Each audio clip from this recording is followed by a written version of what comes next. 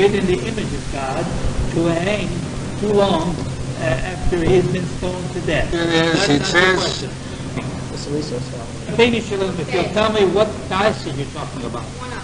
You've got chapter 22, line 20. From him, starting with, right, that's your question? My question is, it says, the Shenemar Ki Krua, that means, according to Europe, we're stated for blasphemy of God ends in the hanging. Now talking about Have been guilty of a sin that should be executed, a capital punishment case. Magit comes to Shim Chasim, Olav Avivo, Imo. If his father and mother have mercy on him, even though he is stubborn and rebellious, so the end will be that this child will go out to increase, and he will eventually be found guilty of a capital punishment. But if you give him mercy of this son that should Tzora Amora, it was never carried out. It was more or less to such children that are completely hang this person that has been put to death on the gallows tree after he has been stoned. Then the dead body is often rebellious and giving us a hard time, and there is a special law that in that situation, if he is not only a drunkard but a glutton as well, and an awful lot of meat eating, whatever it is, he has to, there are so many particular involved in him being found guilty that it never happened. The Torah tells us that there's a reason for a person to put to death. This is the law of God. For instance, we have a law of God. You hear this? Well, will you listen? Protest so much. Listen very carefully. Listen. We have a din, for instance, I'll give you an example. I'm a koshes. The man that was found guilty of gathering sticks on Shabbos.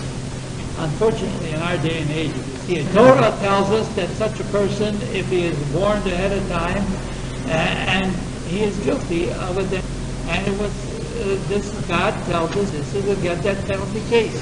So, doesn't that disturb you? What would you propose that God should do? Forego punishing people for committing sins against him, or what would you propose him to do? Try to. It says, and Rashi says, that if his parents have mercy on him, they don't give him over to base, and it'll turn out later, it'll go into... He will get to a point where he will do crimes that are certainly without question. Wait, God knows it. But wait, God says this is what's going to be. So isn't it better that now he should go before he does very serious things? It says that he will go to Tavisrat. I mean, God knows. God has foresight. God knows what's going to be. Maybe this man's life will be something good yet. If God says it's going to be, this is the way it's going to be. The Rabbi, first of all, this particular law was never executed. Nobody was ever executed from the time the Torah was given until the present under this law. So you're talking about something that's theoretical. It never happened. You understand what I'm saying? There are so many different ways in which this particular law would not be carried out. Isn't it also to carry home the point how heinous a crime it is? It is a crime for a person to show so much disrespect to his parents that he couldn't care less how much he's hurting them. Maybe in this day and age, it would be a very valuable lesson. So, unfortunately, it strikes home sometimes, some of the things that are being done. But the fact is, regardless of whether or not these are being carried out, you must understand something. Regardless of the fact, would you listen?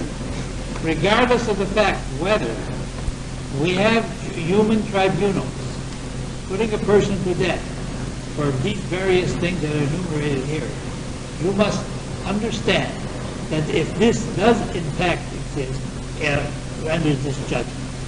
In other words, there is no escape from divine justice.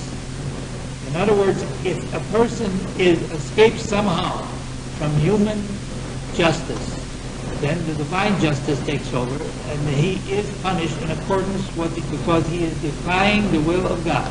Anytime a person defies the will of God, depending on the seriousness of his defying it, to that degree he is punished.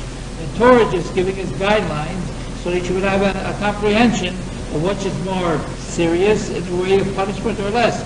But doesn't mean to imply that you have a permission to go and violate the smaller transgressions, nor does it imply that you are free to do anything you wish.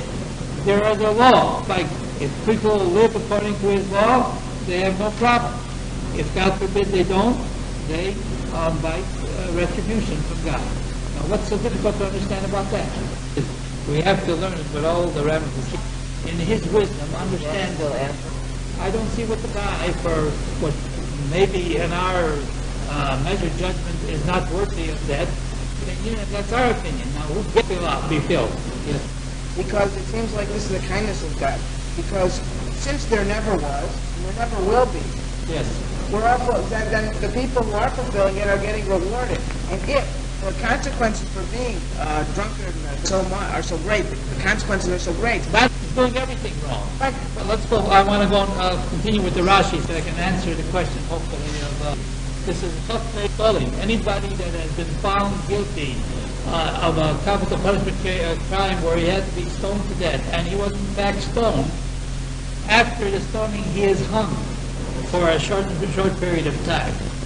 And that marks for him to continue to be hanging for a long period of time, things in such a contemptuous way.